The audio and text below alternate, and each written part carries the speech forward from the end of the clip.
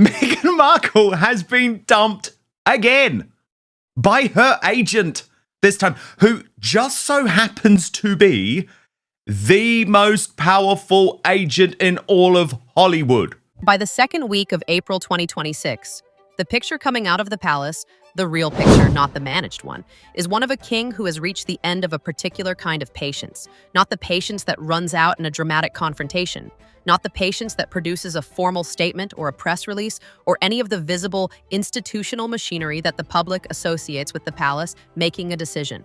A quieter kind.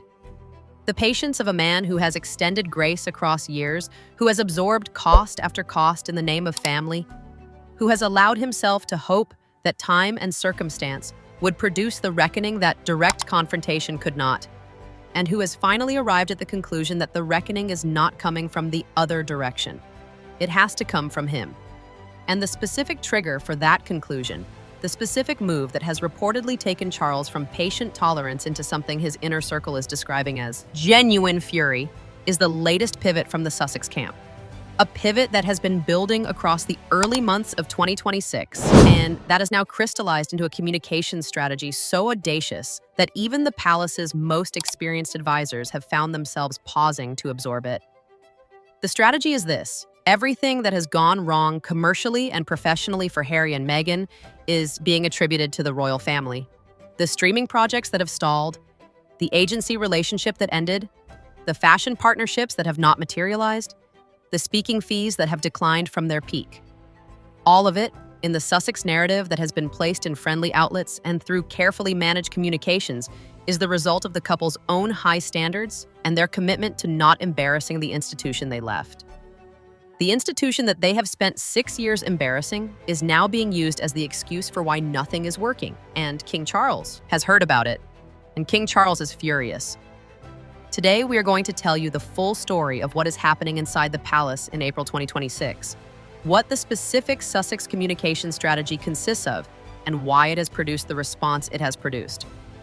What royal biographer Andrew Loney confirmed this week about the reforms Charles is now preparing to accelerate, including what those reforms mean for Harry's name and title specifically, what the palace is doing about James, the young Earl of Wessex, son of Prince Edward and Sophie, and why his elevation is directly connected to the space that Harry has permanently vacated, and what all of this means for where the monarchy is heading in the months and years ahead. We are going to take our time, because this story has layers. So settle in, and let's begin. Let's start with the Sussex communication strategy, because understanding it in its full audacity is the only way to understand why Charles has reacted the way he has. Across the early months of 2026, as the professional picture for Harry and Meghan has grown more complicated, their team has been placing a specific narrative in the outlets willing to carry it. The narrative goes like this: Meghan is not releasing certain projects because she is committed to maintaining a standard of excellence that includes not doing anything that could embarrass the royal family. Her self-editing, her deliberate restraint, is what is producing the delays and the apparent stagnation. She is, in this telling, protecting the institution. The same institution whose racism she alleged on global television. The same institution whose private communications Harry detailed in a memoir. The same institution against which they filed legal actions and gave Netflix access to private family footage and conducted the Oprah interview that the Archbishop of Canterbury subsequently had to correct publicly. That institution, they are now protecting it. Through their deliberate restraint. The palace's response to this strategy, when it filtered through to the king's advisors, is described by sources as combining something close to incredulity with something considerably warmer. Because the claim is not simply audacious in the abstract. It is audacious in direct relation to a specific and documented history. And it lands within the institution it claims to be protecting, like the specific kind of affront that produces genuine institutional anger rather than simply the managed disappointment of disappointed family feeling. Charles, by the accounts of those who know how he processes difficult information, did not respond with immediate rage. He responded with the sustained, concentrated stillness that those around him have learned to recognize as a more serious signal than visible anger. He asked questions. He reviewed the reporting. He considered the context, and then he authorized something. Now, if you are watching this channel, For the first time, and you want to follow this story as it develops, right, and it is developing quickly, please subscribe right now. We cover the royal family in the depth and detail these stories deserve. Hit subscribe, turn on your notifications, and every new video comes straight to you. What Charles has authorized is the acceleration of the reform program that royal biographer Andrew Lowney this week confirmed has been in preparation for some time. The reforms are broad. They address financial transparency, the governance structures around the institution's private assets, and, most significantly for the story we are telling today, the question of who carries the royal name and in what capacity. Lowney's assessment, delivered this week to News Nation, was specific and clear. He told the outlet that Charles is preparing to deal with the Andrew and Harry problem at the same time. That the reforms being planned will include moves to remove titles from anyone who is not in an active working role, and that the pressure created by the Andrew situation has forced the palace's hand, pushing Charles to act on reforms he may have hoped to delay until William's reign. Read that again. Deal with the Andrew and Harry problem at the same time. Andrew Mountbatten Windsor, whose titles were stripped amid the Epstein fallout, and Harry, whose professional use of his royal name and title has continued to generate institutional controversy, being addressed through the same reform mechanism. Not as a personal punishment, as an institutional policy.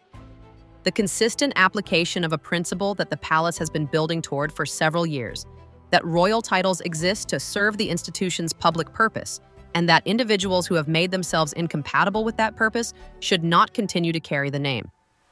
What this means specifically for Harry's name is significant and requires careful explanation. Harry's formal name in any non-royal context is Henry Charles Albert David Mountbatten Windsor. He was introduced at a public event earlier this year as Harry Wales, which produced considerable comment and which his spokesman described as a simple mistake. But the incident illustrated something that the palace reform program would formalize. The question of which name and which title applies to Harry in which context. The Sussex title, Duke and Duchess of Sussex, was granted by Queen Elizabeth on their wedding day. As Hello Magazine confirmed in its authoritative reporting on the subject, removing a dukedom requires an act of Parliament under existing law. The monarch does not have unilateral power to remove it. The last time parliamentary action was taken to remove British peerage titles was in 1917 under the Titles Deprivation Act, when George V removed the titles of German and Austrian royals during the First World War. But the reform mechanism being prepared by Charles is not simply about the Sussex title. It is about the framework within which names, titles, and royal associations can be used commercially and in public communications. It is about creating the institutional architecture that would give future action, whether by Charles or by William when he ascends, a formal and documented basis, rather than simply the expression of royal displeasure. Meghan's own comment to Mindy Kaling on her Netflix show, You Know I'm Sussex Now, illustrates exactly the dimension of the issue that the palace reform program addresses. The Sussex name has become a commercial asset. It is being deployed in branding, in content, in professional contexts. And the palace's position, the position being formalized through the reform program, is that this deployment is incompatible with the couple's actual relationship to the institution that name represents. Let us take a brief pause here. We are at the midpoint of this story, and the section ahead covers what the palace is doing about James, the young Earl of Wessex, and why his deliberate elevation is the most eloquent institutional statement available about where Harry now stands. If you are finding this as significant as we do, please subscribe the channel. It takes just a moment. Thank you. Let us now talk about James, because the James story is in some ways the most revealing dimension of what April 2026 represents institutionally. James Alexander Windsor, the Earl of Wessex, is the son of Prince Edward, Duke of Edinburgh, and Sophie, Duchess of Edinburgh. He is 21 years old. Until relatively recently, he was not a name that most people who follow the royal family would have placed in the conversation about the monarchy's future direction. He is now, and the reason he is now is entirely connected to the space that Harry has not simply vacated, but has made unusable. The working monarchy's structure requires a certain number of individuals who can carry out engagements, represent the crown at official occasions, be deployed diplomatically, and sustain the visible presence of the institution across the range of its public functions. This is not an abstract requirement. It is a practical one. The events require bodies. The causes require patrons. The diplomatic functions require participants who carry genuine institutional weight. Harry's departure created a gap. The gap was initially managed through the natural expansion of the existing working members' schedules, William carrying more, Catherine carrying more, Edward and Sophie carrying more. But the long-term strategic response to Harry's absence required a different kind of answer. Not simply distributing his former functions among the existing members, but identifying the individual who would grow into the role that Harry's generation was supposed to fill. James is that individual, and the palace's deliberate positioning of him has been visible across the past 12 months to those who know what they are looking at. Charles has been specifically emphasizing in recent communications, through the palace's own channels and through the briefings given to trusted royal correspondents, the vision of a streamlined monarchy that centers on William and Catherine as the core with a reliable and drama-free supporting generation. James's name appears repeatedly in that framing. Drama-free. Those two words are doing the specific work in that institutional framing, because the contrast they imply is not to any named individual. It does not need to be. Anyone who has followed the royal family for the past 6 years knows exactly whose dramatic history provides the reference point against which drama-free is being measured. James is being positioned not as a replacement for Harry in any literal sense. He is not Harry's equivalent. He is something the institution values more at this specific moment, someone who provides the service without the cost, who carries out the function without the grievance, who brings the presence without the narrative. For Charles, who has spent years managing the cost of Harry's choices at considerable personal and institutional expense, the decision to deliberately position James as the face of the next generation's supporting role is not simply strategic. It is, in a quiet way, the clearest possible statement about what the institution has decided about Harry's future within it. The spare has been replaced, not by a declaration, by a decision. By the gradual, consistent, institutionally executed positioning of someone who has chosen duty over celebrity, service over narrative, the institution over himself. Now let us address the Jordan trip. Because it fits directly into the pattern we have been describing, and it was, by the accounts of royal commentators covering it in real time, the specific incident that pushed the palace from managed patience into the active fury that is now shaping the reform acceleration. In late February 2026, Harry and Meghan conducted a 2-day visit to Jordan. The visit had all the surface characteristics of the humanitarian work that has been part of their public positioning since leaving royal life. Hospital visits, refugee camp engagement, a roundtable with the World Health Organization, carefully calibrated statements about regional peace, and it was conducted with a motorcade, with diplomatic-level reception from Jordanian officials. In a country that has a historically significant connection to the British royal family through its own monarchy and through the specific diplomatic relationship that William and Catherine have developed through their own Jordan engagements. Royal expert Rob Shooter, writing on his Substack, captured the palace's response with precision. The headline of his piece, Harry and Meghan's quasi-royal tour angers palace, was not overstating it. The specific quality of the anger was not about the humanitarian work itself. It was about the form, the motorcade, the diplomatic reception, the specific appropriation of the visual language of an official royal tour for what was, in institutional terms, a private visit by individuals who have formally stepped back from official royal representation. The institution has a very specific and very carefully maintained visual vocabulary for what official royal representation looks like. When that vocabulary is appropriated by individuals who are not operating in an official capacity, it creates confusion. Deliberate confusion in the palace's assessment about what is and is not the crown's official business. Charles's fury at the Jordan trip is connected directly to the broader Sussex communication strategy we described at the opening of this video.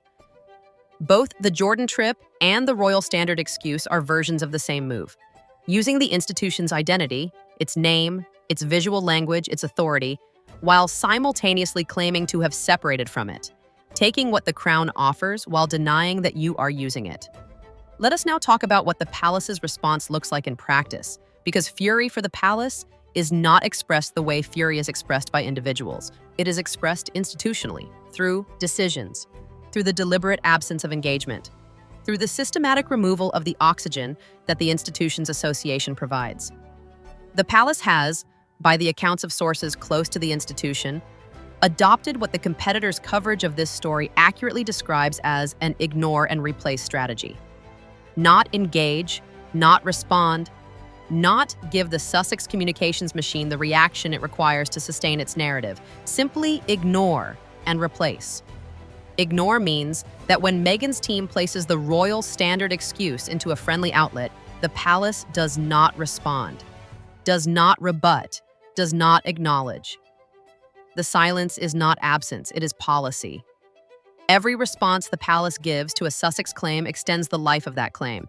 Refusal to respond shortens it. The institution has learned this and is applying it consistently. Replace means James. Means the continued and consistent elevation of William and Catherine as the unambiguous center of the institution's public identity. Means the deliberate positioning of the next generation's supporting members, James first among them, as the faces of what working royal service looks like in 2026 and beyond. The result is visible in the British public's engagement with the royal family. The names that dominate the conversations about the monarchy's future, Sussex, the names that the public identifies with what the crown is becoming, are William, Catherine, and increasingly James. Harry is, by the assessment of multiple sources covering the British public's relationship with the institution, transitioning from a current participant in that conversation to a historical reference point within it. Let us address something directly. Because the question of why Charles's fury matters, why it is significant that the king himself is now in a state of genuine institutional anger rather than managed disappointment, requires an honest answer. It matters because Charles is not simply the family patriarch managing a difficult son. He is the king. And the specific authority he holds over the reform program that Loney described this week is the authority that determines what the institutional architecture of Harry's future relationship to the crown actually looks like. Charles can accelerate the reform timeline. He can ensure that the framework being built provides the basis for action, by him or by William when he ascends, that removes the commercial and reputational ambiguity that the Sussex name has been generating. He can make the institutional decisions that distinguish between what the crown is and what the Sussexes are entitled to claim it is. And he appears to be moving in that direction. Not impulsively, not dramatically, but with the deliberate, documented, institutionally methodical pace that significant royal decisions have always moved at. The Loney confirmation this week is the clearest public signal yet that the movement is real, that the decisions being made inside the palace in April 2026 are not the managed patience of an institution hoping the situation resolves itself. They are the deliberate action of an institution that has decided the situation needs resolving. Let us end where this story finds its most significant truth. King Charles III came to the throne at 73. He has spent his reign managing a set of challenges that no previous monarch in living memory has faced simultaneously: his own health, the Epstein fallout, the Andrew situation, the Beatrice and Eugenie distancing, and at the center of all of it, the continuing management of a son who left and has been using the departure to generate a narrative ever since. He has been patient, genuinely patient, not strategically patient, not patience as a calculated institutional weapon, but the patient of a father who did not want to close the door that he hoped might still produce a different outcome. The Sussex communication strategy of April 2026, the royal standard excuse, the Jordan quasi-tour, the commercial use of the institutional name while claiming to be protecting the institution, has produced the conclusion that patient waiting was not going to produce. The institution has to act. Not because acting is comfortable, because the alternative to acting is allowing the institution's name and authority to be used in ways that damage it indefinitely by individuals who have made clear they will not stop voluntarily. Charles is furious, not in the way that produces a public statement or a family confrontation, in the way that produces a reform program, a deliberate elevation of James, a systematic application of the ignore and replace strategy, and the acceleration of the institutional architecture that determines what the Sussex name is permitted to represent. The spare has been replaced. The reform has been accelerated. The patience has ended. And the institution, as it always does, is moving forward. The institution has declined to play that role, King Charles has declined to be the villain in a narrative that requires a villain. William and Catherine have declined to respond in kind. And James, quiet, steady, 18-year-old James, has simply started showing up, doing the work, and becoming the kind of royal that the public needs. One who is there not because the cameras are rolling, but because the institution requires presence. As of the 10th of April 2026, the score is clear. It is not a score that anyone should take pleasure in. This is a family, and the fractures within it are real and human and painful, but it is a score nonetheless. The institution endures, the next generation has arrived, the royal restoration plan has failed, and the king is in America, surrounded by the apparatus of state representing 800 years of continuous service, and he will not be meeting his son. Before we close, we want to ask you directly, what do you think? Is there a path back for Harry and Meghan, not to royal life, but to a stable and credible public identity? Do you believe the royal family has handled this correctly? And what do you make of the quiet rise of James? Leave your thoughts in the comments below. This community is made up of people who think carefully about these questions, and your perspective matters. Thank you so much for watching today, all the way to the end. This is one of the most significant moments in the monarchy's management of the Sussex situation, and we are grateful to everyone who stayed through the full picture. Before you go, please leave a comment below and tell us whether you think Charles is making the right move by accelerating the reform program now, or whether William should have been left to handle the title question when he ascends. We read every comment. And if you are not yet subscribed, please do it now. Click subscribe, turn on your notifications, and we will see you in the next one. Thank you. We will see you soon.